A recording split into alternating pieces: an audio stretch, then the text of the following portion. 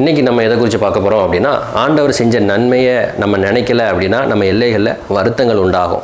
அப்படி வருத்தங்கள் உண்டாகும் பொழுதே ஆண்டவரிடத்துல திரும்பணும் அப்படின்னா அதுலேருந்து காப்பாற்றப்படுவோம்.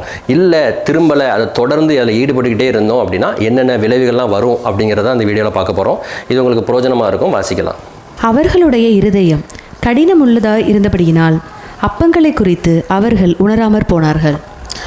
ஓகே, இதில் போட்டிருக்கு அவர்கள் இருதயம் கடினம் உள்ளதாக இருந்ததுனால அந்த அற்புதங்களை உணராமல் இருக்கிறாங்க அப்படின்னு போட்டிருக்கு. ஏன்னா இப்போ தான் ஆண்டவர் ஒரு பெரிய மிராக்கலை பண்ணிட்டு என்ன செஞ்சுட்டு இருக்கிறாங்க, கூட்டு வந்துக்கிட்டு இருக்கிறாங்க. அப்படி அந்த அற்புதங்கள் அந்த மிராக்கலை பார்த்துட்டு அவங்க அதை ஒரு பொருட்டாகவே நினைக்கலையாம். அதனால தான் இந்த இடத்துல மென்ஷன் பண்ணுறாங்க. என்ன மென்ஷன் பண்ணுறாங்க அப்படின்னா, அப்பங்களை குறித்து, அதாவது அப்பங்களை குறித்து ரொம்ப பெரிய விஷயம் நடந்திருக்குது. ஆனால் என்ன இல்லை, அவங்களுக்கு மைண்டில் சுத்தமாக உணர்வே இல்லை அப்படின்னு இதில் போட்டிருக்கு. ஓகே, எந்த மாதிரியான அற்புதங்கள் நடந்துச்சு அப்படிங்கிறத வாசிக்கலாம். அதே மார்க் 6வது அதிகாரம் 42 44 வரைக்கும் வாசிக்கலாம். எல்லோரும் சாப்பிட்டு திருப்தி அடைந்தார்கள். மேலும் அப்பங்களிலும் மீன்களிலும் மீதியான துணிக்கைகளை 12 கூடை நிறைய எடுத்தார்கள். அப்பம் சாப்பிட்ட புருஷர் ஏறக்குறைய 5000 பேரா இருந்தார்கள். எந்த அற்புதத்தை அவங்க மதிக்கலை, அது அவங்க நினைவில் இல்லை, அது அவங்க இருதயத்தில் இல்லை அப்படின்னு போட்டிருக்கு. அப்படின்னா 5000 நேரம் சும்மா கிடையாது, ஏதோ அட்ஜஸ்ட் பண்ணிட்டு சாப்பிட்டு போவோம் அப்படிங்கிறது இல்லை, ஏதோ தேவையை சந்திச்சாங்களா அப்படி கிடையாது, திருப்திப்படுத்தியிருக்கிறாங்க. இப்போ நமக்கு சில நேரம் செய்வாங்கல்ல, நம்ம ஒரு விஷயத்தை கேட்டுட்ருப்போம், இந்த தேவையை சந்திங்க அப்படின்னு நம்ம கேட்டிருக்கும் போது சில நேரம் நம்மளை திருப்திப்படுத்துகிற மாதிரி, அதாவது ஒரு நாளைக்கு செய்யுங்க, ஒரு மாதத்துக்கு செய்யுங்கன்னு கேட்கும் பொழுது ஒரு 4-5 வருஷத்துக்கு சேர்த்து அப்படின்னுங்கிற மாதிரி கையில் சில நேரம் நம்ம திருப்திப்படுத்துகிற மாதிரி நமக்கு ஒரு அற்புதங்களை செய்வாங்கள்ல. அதே மாதிரி தான் இங்கே என்ன செய்கிறாங்க அப்படின்னா, சாப்பிடுகிறதற்கு அந்த நேரத்துக்கு சாப்பிட்றதுக்கு அவங்க கேட்குறாங்க. ஆனால் என்ன செய்கிறாங்க அப்படின்னா, திருப்தி ஆகிற மாதிரி 5000 பேர் திருப்தி ஆகிற மாதிரி கொடுத்துட்டு என்ன செய்கிறாங்க அப்படின்னா 12 கூடை நிறைய என்ன செஞ்சுட்டு போகிறாங்களாம், மீதம் கொண்டுட்டு போகிறாங்களாம். அவங்க அதில் அப்படி தான் போட்டிருக்குல்ல, அதை வாசிக்கலாம். மேலும் அப்பங்களிலும் மீன்களிலும் மீதியான துணிக்கைகளை 12 கூடை நிறைய எடுத்தார்கள். சரி, அந்த 12 கூடை எடுத்துட்டு இப்போ எங்கே தான் போயிட்டு இருக்காங்க, அந்த படவுல ஏறி படவுல தான் போயிட்டு இருக்கிறாங்க. இப்போ அந்த 12 கூடை எங்கே தான் இருக்குது அப்படின்னா அந்த படவுல தான் இருக்குது, கண்ணு முன்னாடி தான் இருக்குது. கண்ணு முன்னாடி தான் அப்பங்களும் மீனும் 12 கூடை நிறைய இருக்குது. அங்கே இருந்துக்கிட்டு தான் இந்த வார்த்தையை நம்ம வாசிக்கிறோன்னா இந்த அப்பங்களை குறித்து, இந்த மீனை குறித்து, நம்ம கையில் இந்த அப்பம் இருக்குல்ல, நம்ம கையில் இந்த மீன் இருக்குல்ல, இதை குறித்து இது எப்படி வந்துச்சு இப்படிங்கிற ஒரு எண்ணமே இல்லாதபடிக்கு இதில் ஒரு ஆராய்ச்சி, இவ்வளோ அற்புதங்களை செஞ்சுருக்குது, இது ஒரு அற்புதமே அதிசயமே அப்படிங்கிற ஒரு எண்ணமே இல்லாமல், உணர்வு இல்லாமல் அப்படி இருக்கிறாங்க. அவ்வளோ ஈஸியான ஒரு அற்புதமா அப்படின்னா அது முன்னாடி உள்ள வசனங்களை வாசிக்கலாம். 37வது வசனம், மார்க் 6வது அதிகாரம் 37வது வசனம். அவர் அவர்களை நோக்கி, நீங்களே அவர்களுக்கு போஜனம் கொடுங்கள் என்றார். அதற்கு அவர்கள், நாங்கள் போய் 200 பணத்துக்கு அப்பங்களை வாங்கி இவர்களுக்கு புசிக்கும்படி கொடுக்க கூடுமோ என்றார்கள். சரி, இதில் போட்டிருக்கு 200 பணத்துக்கு நாங்கள் அப்பங்களை வாங்கி இங்கே வந்திருக்கிறவங்களுக்கு கொடுக்க முடியுமா, நாங்களும் சாப்பிட முடியுமா, நாங்கள் என்ன செய்வோம் அப்படி கேட்குறாங்க. அதுலேருந்து ஒரு மீனிங் தெரியுது. என்ன தெரியுதுன்னா, ஒரு 200 பணம், அதாவது அந்த காலத்தில் இருந்து 200 பணம், அதுக்கு என்ன வேல்யூ அதெல்லாம் ரெண்டாவது விஷயம். முதல்ல அதில் போட்டிருக்கு, அந்த 200 பணம் எங்கிட்ட கிடையாது அப்படின்னு அதில் சொல்கிறாங்க. அப்போ என்ன அப்படின்னா, வாழ்வாதாரத்துக்கு இல்லாதபடிக்கு இருந்த ஒரு நிலைமையிலிருந்து ஆண்டவர் எங்கே கொண்டு போயிருக்காங்க, இப்போது 12 கூடையை நிறைய எடுத்து இப்போ அந்த படகு பக்கத்தில் அந்த 12 கூடை இருக்குது. இதுதான் ஆண்டவர் சொல்கிறாங்க, நீ அற்புதத்தை உனக்கு செஞ்சுருக்கிறேன், அதிசயத்தை உனக்கு செஞ்சுருக்கிறேன் இருக்கு, நீ சொல்கிறது கரெக்டு தான், உன் நடுவில் புயல் அடிக்கி நீ பயப்படுற காரியங்கள் இருக்குது, கரெக்டு தான். ஆனால் உன் கையில் இருக்கிற ஒரு அற்புதத்தை கழிச்சு நீ எப்படி இருக்கிற, மந்த இருதயமா, அதாவது உணர்வு இல்லாதபடிக்கு இருக்கிற அப்படின்னு சொல்கிறாங்க. இதை தான் மறுபடியும் அந்த வசனத்தை வாசிக்கலாம். 52வது வசனம். அவர்களுடைய இருதயம் கடினமுள்ளதாக இருந்தபடினால் அப்பங்களை குறித்து அவர்கள் உணராமற் போனார்கள். இந்த அற்புதங்களை உணராமல் போனாங்க. இப்படி இந்த அற்புதங்களை உணராமல் போனதுனால என்ன விளைவு, என்ன நடக்குது அப்படின்னா 48வது வசனத்தை வாசிக்கலாம். அப்பொழுது காற்று அவர்களுக்கு எதிராக இருந்தபடியினால் அவர்கள் தண்டு வலிக்கிறதில் வருத்தப்படுகிறதை அவர் கண்டு ராத்திரியில் 4ஆம் ஜாமத்தில் கடலின் மேல் நடந்து அவர்களிடத்தில் போட்டிருக்கு. இதிலேருந்து நமக்கு என்ன தெரியுது அப்படின்னா, எப்பெல்லாம் ஆண்டவர் செய்கிற ஒரு நன்மையை நம்ம மறந்து போகிறோமோ அப்போ என்ன நடக்கும் அப்படின்னா, நம்ம வருத்தப்படுகிற மாதிரி சில சம்பவங்கள் எல்லைகளில் நடக்கும். ஒருவேளை அது சாதாரண வழக்கமாக நடக்கிற விஷயங்களாக இருக்கலாம். ஏன்னா கடலில் அவங்க ட்ராவல் பண்ணியே பழகின ஆட்கள் தான். அதனால் அவங்களுக்கு எப்படி என்ன தான் மீனிங் இருந்திருக்கும் அப்படின்னா, இது வழக்கமாக அடிக்கிற காற்று தானே, வழக்கமாக இருக்கிற பிரச்சனை தானே அப்படிங்கிற ஒரு எண்ணம் இருந்திருக்கலாம். ஆனால் இதுக்கு பேக்ரவுண்டில் இருக்கிற அவங்க வருத்தப்பட்டு கலங்குறது இருக்குது அப்படின்னா அதுக்கு மேலே ஒரு சொல்யூஷன் போட்டிருக்கு. ஏன்னா அந்த பிரச்சனையில் அவங்க மாட்டி சிக்கும் போது தான் இந்த வார்த்தையை ஆண்டவர் சொல்கிறாங்க. ஏன்னா சிக்கும் போது தான் என்ன சொல்கிறாங்க அப்படின்னா, அவங்க அதை இன்னும் அற்புதத்தை உணராமல் இருக்கிறாங்க. அப்படி உணர்ந்து இருந்திருந்தாங்கன்னா இவங்க எப்படி என்ன செஞ்சுட்டு இருக்க மாட்டாங்க, கவலைப்பட்டு இருக்க மாட்டாங்க. ஏன்னா இப்போ கொஞ்ச நேரத்துக்கு முன்னாடி தான் சாப்பாட்டுக்காக கவலைப்பட்டு இருந்தோம். அவங்க கேட்டிருந்தாங்க 200 அப்பத்துக்கு நாங்கள் எங்கே போவோம் இப்படின்னு கொஞ்ச நேரத்துக்கு முன்னாடி தான் கவலைப்பட்ட ஒரு விஷயத்தில் ஆண்டவர் இவ்வளோ பெரிய அற்புதத்தை செஞ்சாங்களே. அப்போ இப்பவும் நம்ம கவலைப்படுறோம், இப்பவும் நம்ம கவலைப்படுறோம். அப்போது என்ன அப்படின்னா, உனக்கு அந்த உணர்வு இல்லை அப்படின்னா நம்ம அடுத்து என்னத்தை சந்திக்க வேண்டியது இருக்கும் அப்படின்னா, மீண்டும் இதை வருத்தத்தை தான் சந்திக்க வேண்டியது இருக்கும். இந்த இடத்துல ஜீசஸ் வந்துட்டாங்க, அவங்களுக்கு ஹெல்ப் பண்ணிட்டாங்க, தப்பிச்சிட்டாங்க. ஓகே, இதே மாதிரி நடந்த இன்னொரு இடத்த வாசிக்கலாம். நியாயாதிபதிகள் 6வது அதிகாரம் 1வது வசனம். பின்னும் இஸ்ரவேல் புத்திரர் கர்த்தரின் பார்வைக்கு பொல்லாப்பானதை செய்தார்கள். அப்பொழுது கர்த்தர் அவர்களை 7 வருஷம் மீதியானியரின் கையில் ஒப்புக் கொடுத்தார். மீதியானியரின் கை இஸ்ரவேலின் மேல் பலத்து கொண்டிருக்கிறபடியால் இஸ்ரவேல் புத்திரர் மீதியானியரின் நிமித்தம் தங்களுக்கு மலைகளில் உள்ள கெபிகளையும் குகைகளையும் அரணான ஸ்தலங்களையும் அடைக்கலங்களாக்கி கொண்டார்கள். சரி, இதில் போட்டிருக்கு, மீதியார்கள் நிமித்தம் இஸ்ரவேல் ஜனங்கள் எப்படி பட்டு இருக்கு, என்ன செஞ்சுட்டு இருக்கிறாங்க அப்படின்னா வருத்தப்பட்டு இருக்கிறாங்க. அவங்களால இப்போ என்ன செய்ய முடியல அப்படின்னா, ஃப்ரீயாக வெளியே வந்து வேலைகளை பார்க்க முடியல. அவங்க பயிரை விளைய வச்சுட்டு போனாங்கன்னா அந்த பயிரில் இருக்கிற நன்மைகளை மீதியானவர்கள் எடுத்துக்கிறாங்க. இப்படி அவங்க எதை செஞ்சாலும், அவங்க ஆடு மாடுகளை மேய விட்டாங்கன்னா அதை பறிச்சுட்டு போயிடுறாங்க. இப்படி அவங்களோட பிளெஸிங்ஸ் ஆசீர்வாதங்கள் எல்லாத்தையும் தடை பண்ணி போய்கிட்டே இருக்கும்போது, இப்படி தடுத்துக்கிட்டு இருக்கும்போது அவங்களுக்கு ஒரு இப்படி நடந்துக்கிட்டு இருக்கு, நம்ம சொந்த தேசத்தில் இருக்கிறோம், நம்மளால எப்படி இருக்க முடியல, நிம்மதியாக இருக்க முடியல அப்படின்னு வருத்தப்பட்டு இருக்கிறாங்களாம். அடுத்து வருத்தப்பட்டது நிமித்தம் அடுத்து என்ன நடக்க, அடுத்த வசனம். இப்படி மீதியானியராலே இஸ்ரவேலர் மிகவும் சிறுமைப்பட்டார்கள். அப்பொழுது இஸ்ரவேல் புத்திரர் கர்த்தரை நோக்கி முறையிட்டார்கள். ஓகே, இப்போ என்ன நடக்குது அப்படின்னா, கர்த்தரை நோக்கி என்ன செய்கிறாங்க, முறையிடுறாங்க. நாங்கள் இப்படி என்ன செய்ய முடியல, எங்கள் சொந்த தேசத்துலேயே எங்களால் நிம்மதியாக இருக்க முடியல. இப்போ நம்ம கேட்குறோம்ல, ஒரு ஆபத்து வருது அப்படின்னா, எனக்கு இப்படி ஆபத்து இருக்குது, என்னால் இந்த இடத்துல நிம்மதியாக இருக்க முடியல அப்படின்னு கேட்கும்போது ஆண்டவர் நமக்கு நிறைய நேரம் உதவுறாங்களே. அதே போல் இந்த இஸ்ரவேல் ஜனங்களை கேட்கும்பொழுது ஆண்டவர் என்ன செய்கிறாங்க, இந்த முறையிட சொல்லும் போது இந்த முறையிட்ட கேட்குறாங்க. முறையிட்ட கேட்டு என்ன செய்கிறாங்க, அடுத்து அதற்கு கர்த்தர், நான் உன்னோட கூட இருப்பேன், ஒரே மனுஷனை முறியடிப்பது போல நீ மீதியானியரை முறியடிப்பாய். ஓகே, இப்போ ஆண்டவர் வந்து அதில் எக்ஸ்பிளைன் பண்ணாங்க. அதாவது நான் எதனால இந்த பிரச்சனை உங்களுக்கு வந்திருக்கு, எதனால இந்த ஆபத்து வந்திருக்கு அப்படின்னு சொல்லி எக்ஸ்பிளைன் பண்ண போச்சு. ஓகே, நீங்கள் வந்து வேற ஒரு காரியத்தை நீங்கள் பண்ணது நிமித்தம் தான் எனக்கு பிடிக்காத அந்த விக்கிரகத்தை நீங்கள் தெய்வமாக கொண்டது நிமித்தம் தான் என்ன நடந்து போச்சு, இப்படிலாம் நடந்து போச்சு அப்படின்னு சொல்லி ஆண்டவர் மன்னிக்கிறாங்க. மன்னிச்சதுக்கப்புறம் சரி ஓகே, நீ வருத்தப்படுறதுனால ஒரு ஆளை நான் எலும்ப பண்ணுகிறேன் அப்படின்னு சொல்லிட்டு ஆண்டவர் என்ன செய்கிறாங்க அப்படின்னா, ஒரு கிதியோனை எழுப்பி ஒரு மனுஷனை கொண்டு என்ன செய்கிறாங்க அப்படின்னா அந்த மீதியானதை முறியடிக்கிறாங்க. இவங்க ஒரு பெரும் கூட்டம், அவன் வெட்டுக்குடியை போல பறந்து இருக்கிறான் அப்படின்னு போட்டிருக்கு. இவங்க எதிர்க்கக்கூடாதபடிக்கு இருக்குது, பயந்து வாழுகிற கூட்டத்தை ஆண்டவர் சொல்கிறாங்க, ஒரு மனுஷனை நான் எலும்ப பண்ணி அந்த சொல்யூஷன் எல்லாத்தையும், அந்த ப்ராப்ளத்தை எல்லாத்தையும் தீர்த்து நான் உனக்கு சொல்யூஷனை தர்றேன் அப்படின்னு சொல்கிறாங்க. இப்படிலாம் இருக்கும்போது இப்படிலாம் ஒரு வார்த்தை கொடுக்குறாங்க. இப்படி வார்த்தையை கொடுத்து அதே மாதிரி சொன்னதுபடியே என்ன செஞ்சிடறாங்க, ஆண்டவர் செஞ்சிடறாங்க. அதை வாசிக்கலாம். 8வது அதிகாரம் 22வது வசனம். அப்பொழுது இஸ்ரவேல் மனுஷர் கிதியோனை நோக்கி, நீர் எங்களை மீதியானியரின் கைக்கு நீங்களாக்கி விட்டபடியினால் நீரும் உம்முடைய குமாரரின் குமாரனும் எங்களை ஆளக்கடவீர்கள் என்றார்கள். அதே மாதிரி ஆண்டவர் சொன்னது போல், ஆண்டவர் வாக்குத்தத்தம் கொடுத்திருந்தது போல் இந்த கிதியோனை கொண்டு என்ன செஞ்சிட்டாங்க, இந்த மீதியானர்கிட்ட இருந்து விடுதலை வாங்கி கொடுத்துட்டாங்க. இப்போது இந்த விடுதலை வாங்கி கொடுத்ததுக்கப்புறம் இந்த இஸ்ரவேல் ஜனங்கள் என்ன செய்கிறாங்க, மீண்டும் என்ன செய்கிறாங்க, ஆண்டவருக்கு விரோதமாக போகிறாங்க. அதாவது ஆண்டவர் செஞ்ச நன்றியை மறந்து போகிறாங்க. இதுக்கு முன்னாடி அதான் பார்த்தோம். என்ன பார்த்தோம் அப்படின்னா, ஆண்டவர் ஒரு அற்புதத்தை செய்யும் பொழுது, ஆண்டவர் நமக்கு ஒரு நல்ல காரியத்தை செய்யும் போது அதை நம்ம மறந்து போனோம் அப்படின்னா வருத்தப்பட வேண்டிய சில சூழ்நிலைகள் இருக்கும். இதுக்கு முன்னாடி ஒரு சூழ்நிலையை பார்த்தோம். ஆனால் அந்த இடத்துல என்ன செஞ்சிட்டாங்க, ஜீசஸ் இருந்தாங்க.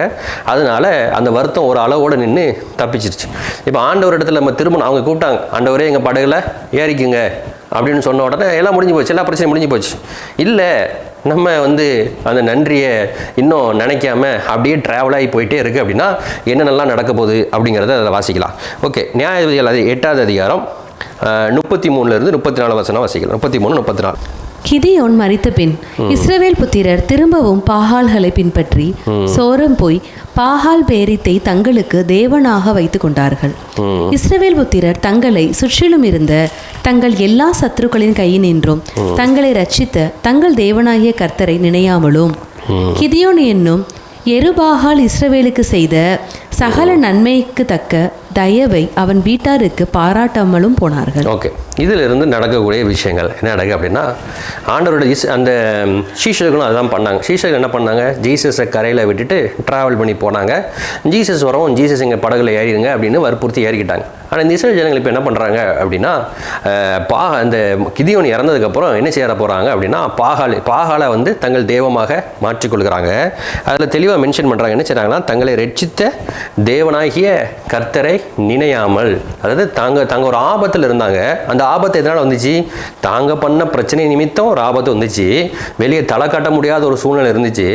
ஆனால் அதில் அவர் கிதியோன்னு ஒரு மனுஷனை அனுப்பி, நான் உன்னை ரட்சித்து உன்னை காப்பாற்றி உன்னை ஒரு விடுதலையாக பீஸ்ஃபுல்லாக வாழ வச்சுட்டு இருந்தேன். நான் ரட்சித்த அந்த காரியத்தை என்ன செஞ்சிட்ட, நீ மறந்து நினையாமல் போயிட்ட அப்படின்ட்டு இந்த நினையாமல் அடுத்த ஒரு தெய்வத்தை பிடிச்சிட்டாங்கல்ல. ஓகே, இதோட விளைவுகள் என்ன அப்படின்னா, அடுத்து 9வது அதிகாரம் 3வது வசனம். அப்படியே அவன் தாயின் சகோதரர் சீஹேமில் இருக்கிற சகல பெரிய மனுஷரின் காதுகளும் கேட்க இந்த வார்த்தைகளை எல்லாம் அவனுக்காக பேசினார்கள். அப்பொழுது அவன் நம்முடைய சகோதரன் என்று அவர்கள் சொன்னதினால் அவர்கள் இருதயம் அமலேக்கை பின்பற்ற சாய்ந்தது. அவர்கள் இருதயம் அபிமெலேக்கை பின்பற்ற சாய்ந்தது. ஓகே, அவர்கள் இருதயம் வந்து இந்த அபிமெலேக்கை பின்பற்ற சாய்ந்தது அப்படின்னு போட்டிருக்கு. யார் இந்த அபிமெலேக் அப்படின்னா, இப்போ இந்த கிதியோன் இறந்ததுக்கு அப்புறம் அவருடைய குமாரர்கள் 70 பேர் இருக்கிறாங்க. இந்த 70 பேர் தான் என்ன செஞ்சுட்டு இருக்காங்க, ஆட்சி செஞ்சுட்டு இருக்கிறாங்க. இப்படி ஆட்சி செஞ்சுட்டு இருக்கும் பொழுது இப்போ இவர் வந்து சொல்கிறார், நான் வந்து உங்கள் பிளட்டு, நாங்கள் உங்கள் இனம் தானே, நான் உங்களுடைய ஜாதி தானே, நீங்கள் என்ன செய்யுங்க, நீங்கள் வந்து 70 பேர் உங்களுக்கு ஆளுறது கரெக்டா, இல்லைன்னா நான் ஒரு ஆள் உங்களை ஆள்றது கரெக்டா அப்படின்னு கேட்ட உடனே இவர் கூட இருந்த மனுஷர்கள் எல்லாம் சொல்லியிருக்காங்க, இல்லை இவன் ஆள்றது தான் கரெக்டு அப்படின்னு ஒரு கூட்ட மக்கள் என்ன செய்கிறாங்க அப்படின்னா, இந்த பேச்சு எல்லாத்தையும் அந்த இஸ்ரேல் ஜனங்களுக்கு எல்லாத்துக்கும் பேசி ஓகே அவங்க ஒரு கன்க்ளூஷனில் வர்றாங்க. ஓகே, ஒரு மனுஷன் ஆள்றது கரெக்ட் அப்படின்னு ஒரு டிசிஷன் எடுக்கிறாங்க. இது ஒரு தவறான டிசிஷன். வருத்தப்படக்கூடிய அந்த சூழ்நிலைகளில் முத நடக்கக்கூடிய விஷயம் என்ன அப்படின்னா, ராங் டிசிஷனை நம்ம என்ன செய்வோம், எடுப்போம். இந்த ராங் டிசிஷன் ஒருத்தனை சூஸ் பண்ணுறாங்க. அதாவது நம்மளுடைய பார்வையில் அது கரெக்டாக தான் படுது. 70 பேர் ஆட்சி செய்கிறது எப்படி, ஒரு தனி மனிதன் ஆட்சி செய்கிறது எப்படி அப்படிங்கும் போது இது பார்க்க கரெக்டாக படுது இல்லையா.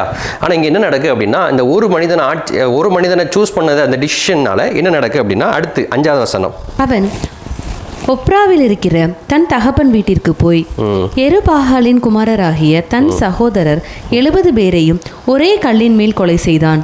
ஆனாலும் தன் சகோதரர் 70 பேரையும் ஒரே கல்லின் மேல் கொலை செய்தான். 70 பேர், இந்த 70 பேர் ஆட்சி செஞ்சிட்டு இருந்தாங்கல்ல, இவங்க என்ன நினச்சிட்டு இருந்தாங்க, இவன் வந்தால் நமக்கு வந்து சுமூகமாக ஒரு தீர்வு இருக்கும் போல் அப்படின்னு நினச்சிக்கிட்டு இவங்களுக்கு சப்போர்ட் பண்ணுற மாதிரி சப்போர்ட் பண்ணிவிட்டு இவர் எப்படி இருக்கிறார், இப்போ ஒரு தனிமையாக இருக்கிறார். இவங்க நினச்சிட்டு இருக்கிறாங்க, ஒரு சாதாரண ஆளை என்ன செஞ்சிட்ருக்கோம், நம்ம ராஜாவை கொண்டு போய் உட்கார வைக்கிறோம், இவர் நமக்கு எப்படி இருப்பார், இவர் ஹெல்ப்ஃபுல்லாக இருப்பார், நம்ம சொல்கிறத கேட்பார் போல், 7 பேரை காட்டிலும் 70 பேரை காட்டிலும் இவர் கொஞ்சம் பெட்டராக இருப்பான் போலன்னு சொன்னோன்னே இவர் சொல்கிறாரு, என்ன எனக்கு ஆட்கள் இல்லை, எனக்கு கொஞ்சம் பணம் வேணும், பணம் இருந்தால் தான் என்ன செய்ய முடியும், எனக்கு சில காரியங்களை செய்ய முடியும்னு சொன்னோன்னே இவங்க போய் என்ன செய்கிறாங்க, ஒரு கோயிலுக்குள்ளே இருந்த ஒரு கொஞ்சம் பணங்களை எடுத்து கொண்டு வந்து இவருடைய கையில் கொடுக்குறாங்க. இவர் அந்த பணத்தை வச்சு என்ன செய்கிறாரு, கொஞ்சம் ஆட்களை திரட்டிக்கிட்டு என்ன செஞ்சாரு, 70 பேரை என்ன செஞ்சு போகிறார், கொன்றார். யாரை, அந்த கிதியோனுடைய பிள்ளைகள் 70 பேரை கொன்றாங்க. ஓகே, இதனுடைய விளைவு என்ன நடக்குது, அடுத்த வசனம். எருபாகாலின் 70 குமாரருக்கு செய்யப்பட்ட கொடுமை வந்து பலித்தது. இந்த காரியம் நடந்துச்சுல்ல, இந்த 70 பேரை கொண்டாங்கல்ல, அதில் ஒரு மனுஷன் தப்பி போய் என்ன செய்கிறார், அவர் ஒரு சாபத்தை விடுறார். அதை வாசிக்கலாம். நியாயங்கள் 9வது அதிகாரம் 5வது வசனம். அவன் ஒப்ராவில் இருக்கிற தன் தகப்பன் வீட்டிற்கு போய் எருபாகாலின் குமாரராகிய தன் சகோதரர் 70 பேரையும் ஒரே கல்லின் மேல் கொலை செய்தான். ஆனாலும் எருபாகாலின் இளைய குமாரனாகிய யோதாம் ஒளிந்திருந்தபடியினால் அவன் தப்பினான். ஓகே, இப்போ அந்த 70 பேர் இருந்ததில் ஒரு ஆள் தப்பி போகிறார்ல, இந்த ஒரு ஆள் தப்பி போய் ஒரு சாபத்தை விடுறார்.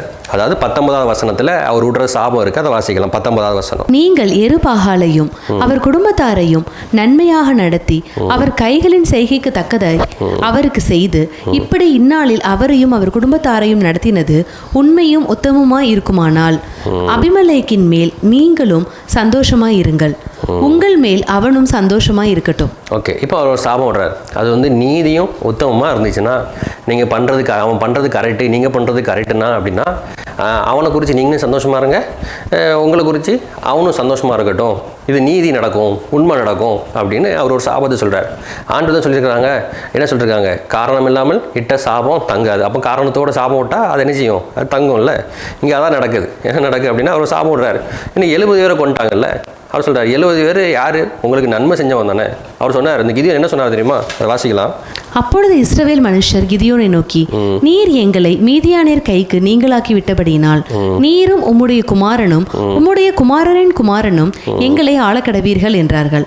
அதற்கு கிதியோன், நான் உங்களை ஆளமாட்டேன், என் குமாரனும் உங்களை ஆளமாட்டான், கர்த்தரே உங்களை ஆளுவாராக என்றார். ஓகே, இந்த 70 பேருக்கு ஆசை கிடையாது. இந்த இஸ்ரவேல் ஜனங்களை ஆளணும் ஆசை கிடையாது. இந்த 70 பேருக்கும் ஆசை கிடையாது. யாருக்கும் ஆசை கிடையாது? இந்த கிதியோனுக்கும் ஆசை கிடையாது. இந்த கிதியோன்ட்ட வந்து கேட்காங்க, நீங்கள் வந்து எங்களுக்கு ராஜாவா இருங்க அப்படின்னு சொல்லும்போது, இல்லை கர்த்தர் தான் உங்களை ஆளணும் இப்படி சொன்ன இந்த நன்றிக்கு என்ன செஞ்சுட்டாங்க? அந்த 70 பேரை கொண்டுட்டாங்கல்ல. கொன்னது நிமித்தம் அந்த யோதாம் அவர் சொல்கிறாரு. என்ன சொல்கிறாருன்னா, நீங்கள் இது உண்மையிலேயே நீதி, நீங்கள் நியாயமாக நடக்கிறீங்கன்னு உண்மை இருந்துச்சு அப்படின்னா அவரை குறித்து அபிமெலேக்கை குறித்து நீங்கள் சந்தோஷமாக இருங்க, உங்களை குறித்து இந்த அபிமெலேக்கு சந்தோஷமாக இருக்கட்டும் இப்படின்னு சொல்கிறாரு. இப்படின்னு சொன்ன உடனே இதை தான் ஆண்டவர் பார்த்துட்டே இருக்கிறாங்கல்ல. நீதி செஞ்சாகணும், ஒரு பக்கம் நீதி செஞ்சாகணும், இன்னொரு பக்கம் என்ன செஞ்சாகணும்? ஆண்டவர் செஞ்ச நன்மையை மறந்தாச்சு. இப்போ கேஸ் மேலே கேஸ் என்ன செஞ்சுட்டே இருக்குது? கூடிக்கிட்டே இருக்குது. இது நிமித்தம் என்ன நடக்குது? வாசிக்கலாம் தொடர்ச்சியா. இல்லாவிட்டால் அபிமெலேக்கில் இருந்து அக்கினி புறப்பட்டு சீகேம் பட்டணத்தாரையும் மில்லோவின் குடும்பத்தாரையும் பட்சிக்கவும், சீகேம் பட்டணத்தாரிலும் மில்லோவின் குடும்பத்தாரிலும் இருந்து அக்கினி புறப்பட்டு அபிமெலேக்கை பட்சிக்கவும் கடவது என்று அவர் ஒரு வார்த்தை சொல்றாரு. என்ன சொல்றாரு? அந்த அவர் பேசிக்கிட்டே இருக்கிறாரு. அவங்க அப்பா இல்லை, அந்த 70 பேர் இறந்துக்கிட்டாங்க.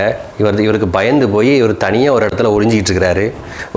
ஒரு மறைவான இடத்துல அவர் ஒளிஞ்சிக்கிட்டு இருக்கிறார். அவர் ஒளிஞ்சிக்கிட்டு தூரத்துலேருந்து பேசிகிட்டு இருக்கிறார். அவர் பேசும்போது சொல்கிற வார்த்தை தான் இது. அதில் 20வது வசனம் நல்லா இருக்கு. என்ன சொல்கிறாரு அப்படின்னா, இல்லாவிட்டால் அபிமெலேக்கில் இருந்து அக்கினி புறப்பட்டு சீகேம் பட்டணத்தாரையும் மில்லோவின் குடும்பத்தாரையும் பட்சிக்கவும், சீகேம் பட்டணத்தாரிலும் மில்லோவாவின் குடும்பத்தாரிலும் இருந்து அக்கினி புறப்பட்டு அபிமெலேக்கை பட்சிக்கவும் கடவது என்று யோதாம் சொல்லி என்ன சொல்கிறார்? இங்கேருந்து அங்கே பட்சிக்கணும், இல்லை அங்கேருந்து இங்கே பட்சிக்கணும் அப்படின்னு அவர் ஒரு வார்த்தையை சொல்லிட்டு அவர் காணாமல் போயிடுறார். அதுக்கப்புறம் அவர் எங்கே போனார்? அவர் ஆட்சி செஞ்சாரா? அவர் இருந்தாரா? என்ன நடந்துச்சு? ஒன்றுமே கிடையாது இல்லையா? ஆனால் ஆண்டவர் இருக்காங்கல்ல. வாசிக்கலாம் தொடர்ச்சியா. தன் சகோதரனையாகிய அபிமெலேக்குக்கு பயந்து தப்பியோடி பேயேருக்கு போய் அங்கே குடியிருந்தான். இப்போ என்ன நடக்குது அப்படின்னா, அவனை ஒன்றும் எதிர்க்க முடியாது, எதிர்க்கக்கூடிய சக்தி விட்டு இல்லை. ஆனால் ஆண்டவரை நம்பி எல்லாத்தையும் பேசிட்டு என்ன செஞ்சிட்டாரு? அவர் தப்பி ஓடி எங்கேயோ போயிட்டார், ஒரு இடத்துக்கு எங்கேயோ போயிட்டார். ஓகேவா? அடுத்து அபிமெலேக்கு இஸ்ரவேலை 3 வருஷம் அரசாண்ட பின்பு அபிமெலேக்குக்கும் சீகேமின் பெரிய மனுஷருக்கும் நடுவே பொல்லாப்பு உண்டாக்கும் ஆவியை தேவன் வரப்பண்ணினார். ஓகே, இப்போ 3 வருஷம் ஆண்டவர் வெயிட் பண்ணுறார். இதில் நிறைய அர்த்தங்கள் இருக்குது. ஒரு 3 வருஷம் வெயிட் பண்ணுறதுக்கு நிறைய அர்த்தங்கள் இருக்குது. இதில் வந்து என்ன செய்கிறாங்க அப்படின்னா, ஆண்டவர் வந்து ஒரு ஆவியை ஒரு ஆவி பொல்லாப்பு செய்கிறதுக்கு ஒரு ஆவி அனுப்புகிறாங்க. ஓகே, இந்த பொல்லாப்பு செய்கிற அந்த ஆவி அனுப்பினோடனே என்ன நடக்குது அப்படின்னா, திடீர்னு இந்த எந்த டீமுக்கு இவர் சப்போர்ட் பண்ணிட்டு இருந்தாரோ அந்த டீமுக்கும் இவருக்கும் ஒரு புகைச்சல் உண்டாயிருது. ஒரு ஃபைட்டிங். திடீர்னு ஒரு இவரை குறித்து அவருக்கு பிடிக்காம போயிடுது, அவங்களுக்கு குறித்து இவங்களுக்கு பிடிக்காம போயிடுது. திடீர்னு ஏதோ ஒரு சின்ன ஒரு ஃபைட் நடந்துருது. நியாயாதிபதிகள் 9வது அதிகாரம் 33 வாசிக்கிறோம். காலமே சூரியன் உதிக்கையில் எழும்பி பட்டணத்தின் மேல் விழுந்து அவனும் அவனோடு இருக்கிற ஜனங்களும் உமக்கு எதிரே புறப்படும் போது உம்முடைய கைக்கு நேரிடுகிறபடி அவனுக்கு செய்யும் என்று சொல்லி அனுப்பினான். அப்படியே அபிமெலேக்கும் அவனோடு இருந்த சகல ஜனங்களும் இரவில் எழுந்து போய் சீகேமுக்கு விரோதமாக 4 படையாக பதிவிருந்தார்கள். ஓகே, இப்போ இது என்ன இதை காட்டிட்டு இருக்கு அப்படின்னா, இவங்க எல்லாரும் என்ன செஞ்சுட்டு இருக்காங்க? இப்போ ஃபைட் பண்ணுறதுக்கு ரெடி ஆகிட்டாங்க. அது வரைக்கும் ஸ்மூத்தாக இருந்த ரிலேஷன்ஷிப் என்ன ஆயிடுச்சு அப்படின்னா, ஒரு ஸ்டேஜ் இங்கே ஒரு 3 வருஷம் போட்டிருக்கு. இந்த 3 வருஷம் கேப்ல அது என்ன நடந்துச்சு, யார் நடந்துச்சு அதெல்லாம் நமக்கு தெரியாது. ஆனால் அந்த 3 வருஷம் முடிஞ்சதுக்கப்புறம் திடீர்னு ஒரு ஃபைட் உண்டாகுது. இவர் என்ன செய்றாரு? ஒரு 4 படையாக பிரித்து இவர் ஒரு பக்கம் அவங்கள கொள்ளணும்னு நினைக்காரு, அவங்க ஒரு பக்கம் இவங்கள கொள்ளணும்னு நினைக்காரு. இது எங்கே கேட்ட மாதிரி இருக்குது? இப்போ ஒருத்தர் சொன்னார்ல, அங்கேருந்து அக்னி படிச்சுட்டு ஒன்று அங்கே கொள்ளும், இங்கேருந்து அக்னி படிச்சு இங்கேருந்து அக்னி படிச்சுட்டு அவனை கொள்ளும். 2 பேர் மாறி மாறி இது நடக்கும். நீதி நடக்கும், நியாயம் நடக்கும் அப்படின்னு சொல்லிட்டு மறைஞ்சு போயிட்டார்ல. அதுதான் இங்கே நடந்துகிட்டு இருக்கு. என்ன நடந்துகிட்டு இருக்கு அப்படின்னா, அவன் இந்த அபிமெலேக்கை கொல்லணும்னு நினைக்காங்க, இந்த அபிமெலேக்கை நினைக்கிறாரு அந்த டீமை கொல்லணும்னு நினைக்கிறாங்க. இப்படி இந்த யுத்தத்தில் அடுத்தடுத்த ஸ்டெப்பு போய்கிட்டு இருக்கு. அதை வாசிக்கலாம். 44 வசனத்துக்கு போயிடலாம். அபிமெலேக்கும் அவனோடு இருந்த படையும் பாய்ந்து வந்து பட்டணத்தின் ஒளிமுக வாசலில் நின்றார்கள். மற்ற 2 படைகளோ வெளியில் இருக்கிற யாவர் மேலும் விழுந்து அவர்களை வெட்டினார்கள். முதல்ல இந்த 4 குரூப்பாக பிரிஞ்சு போனாங்கல்ல, அந்த டைமில் ஒரு சின்ன எஸ்கேப் ஆகி முடிஞ்சிருச்சு. அடுத்து இப்போ ஒரு செட்டப்பில் மாட்டுறாங்க. மாட்டோன்னு இப்போ என்ன நினைஞ்சிருச்சு அப்படின்னா, அந்த பட்டணத்தை பிடிக்கிறாங்க, அவங்கள வெட்டுறாங்க, கொல்றாங்க. அதுக்கு அடுத்த வசனத்தில் இன்னும் கொஞ்சம் தெளிவாக போட்டிருக்கு. 45 வசனம்.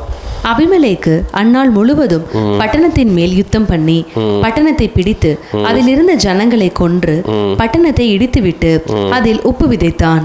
அது உப்பு விதைச்சாச்சு. உப்பு விதைச்சாச்சுன்னா என்னன்னா, எந்த செடி கொடி மரம் எதுவும் வளரக்கூடாது, அந்த அளவுக்கு என்ன செஞ்சாச்சு, உப்பு விதைச்சாச்சு.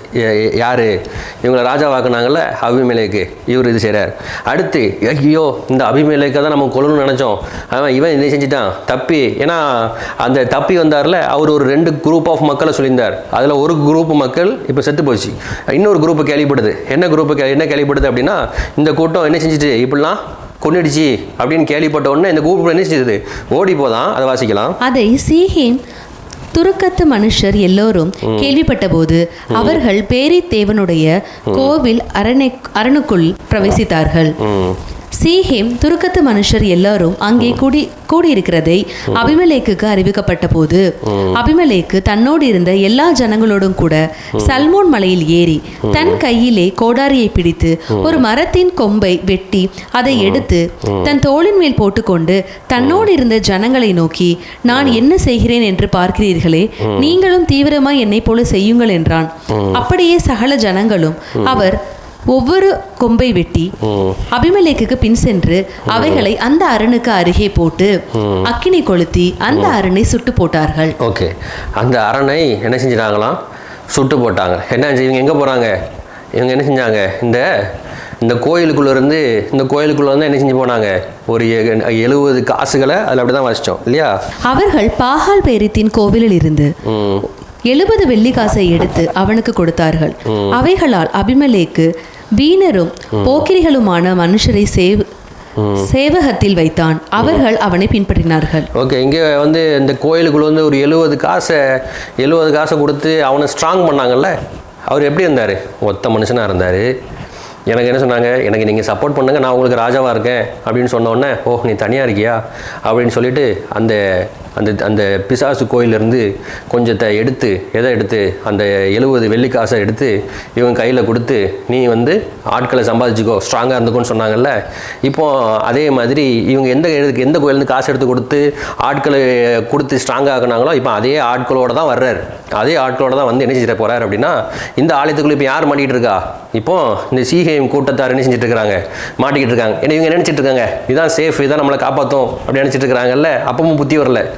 இங்கேருந்து தானே ஆரம்பிச்சிச்சு, நம்மளை காப்பாற்றின தேவனிடத்தில் திரும்புவோம், அப்புறம் புத்தி வரலை. புத்தி வராதனால தான் இவ்வளோ நடந்து போய்கிட்டே இருக்குது. இப்போ என்ன செய்கிறாங்க அப்படின்னா, உள்ளே போய் ஒழிஞ்சிக்கிட்டாங்க. இந்த டவருக்குள்ளே வர முடியாது, இந்த கோயிலுக்குள்ளே வர முடியாது அப்படின்னு ஒழிஞ்சிக்கிட்டு இருக்கிறாங்கல்ல. இப்போ ஒரு பிளான் பண்ணுறாரு. இவங்க தவறான ஒரு டிசிஷன் எடுத்த முதல்ல சொன்னால, இதுதான் தவறான டிசிஷன். அவன் புத்தி எப்படிலாம் யோசிக்குது அப்படின்னா, இவன் கோயிலுக்குள்ளே போய் ஒழிஞ்சாச்சு என்ன செஞ்சிடலாம், சுற்றி வர என்ன செஞ்சிடலாம், கொப்பை உடச்சி தீ வச்சு அடிச்சுட்டா ஒருத்தனை இழைஞ்சிடா, எல்லாத்தையும் கொண்டுடலாம் அப்படின்னு உள்ள ஆண்கள் பெண்கள் எத்தனை பேர் இருந்தாங்களாம் வாசிக்கலாம். அதனால் புருஷரும் ஸ்திரீகளும் ஏறக்குறைய 1000 பேராகிய சீகேம் துருக்கத்து மனுஷர் எல்லாரும் செத்தார்கள். சொல்றாரு, ஒரு கொப்பு உடைச்சி அதிக போட்டு நான் செய்கிற மாதிரியே செய்யுங்க. அந்த தான் கூட அந்த ஆட்கள்கிட்டலாம் சொல்றாரு, நீங்கள் எல்லாரும் நான் செய்கிற மாதிரி செய்யுங்கன்னு சொல்கிறேன்னா, எல்லாரும் என்ன செய்கிறாரு, இந்த கொப்பு எல்லாத்தையும் உடச்சி எல்லாத்தையும் போட்டு எல்லாத்தையும் அந்த சீகை மனுஷரை இதுக்கு முன்னாடி ஒன்று பார்த்தோம், ஒரு கூட்டத்தை கொண்டாச்சு. இப்போ அடுத்து சீகம் கூட்டத்தை என்ன செஞ்சிச்சு, எரிச்சு கொள்றார். இது யார் சொன்ன வார்த்தை, யோதாம் சொன்னார். யோதாம் என்ன சொன்னார், அபிமெலேக்கிலிருந்து அக்கினி என்ன செய்யும், இல்லாவிட்டால் அபிமெலேக்கிலிருந்து அக்கினி புறப்பட்டு சீகேம் பட்டணத்தாரையும் மில்கோவின் குடும்பத்தாரையும் பட்சிக்கவும், சீகேம் பட்டணத்தாரிலும் மில்கோவின் குடும்பத்தாரிலும் இருந்து அக்கினி புறப்பட்டு அபிமெலேக்கை பட்சிக்கவும் கடவது என்று யோதாம் சொல்லி அவர் கட்டளை கொடுத்தார். இங்கேருந்து அக்கினி புறப்பட்டு உங்களை பட்சிக்கும் அப்படின்னு சொன்னார்ல. இதுதான் ஆண்டவர் பிடிச்சிட்டு நிற்கிறாங்க. இப்போ என்ன செய்யுது அப்படின்னா, இவரை வச்சு உயிரோட எரிச்சு கொள்றாங்க. இவர் கொண்டுட்டு இவர் வெளியே வந்தார், இவர் வாழ்ந்தாரா அப்படின்னு பார்த்தா அடுத்த வசனம். பின்பு அபிமெலேக்கு தேபேசுக்கு போய் அதற்கு விரோதமாய் பாளையம் இறங்கி அதை பிடித்தான். அந்த 53 54 பேர்லாம். அப்பொழுது ஒரு ஸ்திரீ ஒரு எந்திர கல்லின் துண்டை அபிமெலேக்குடைய தலையின் மேல் போட்டாள். அது அவன் மண்டையை உடைத்தது.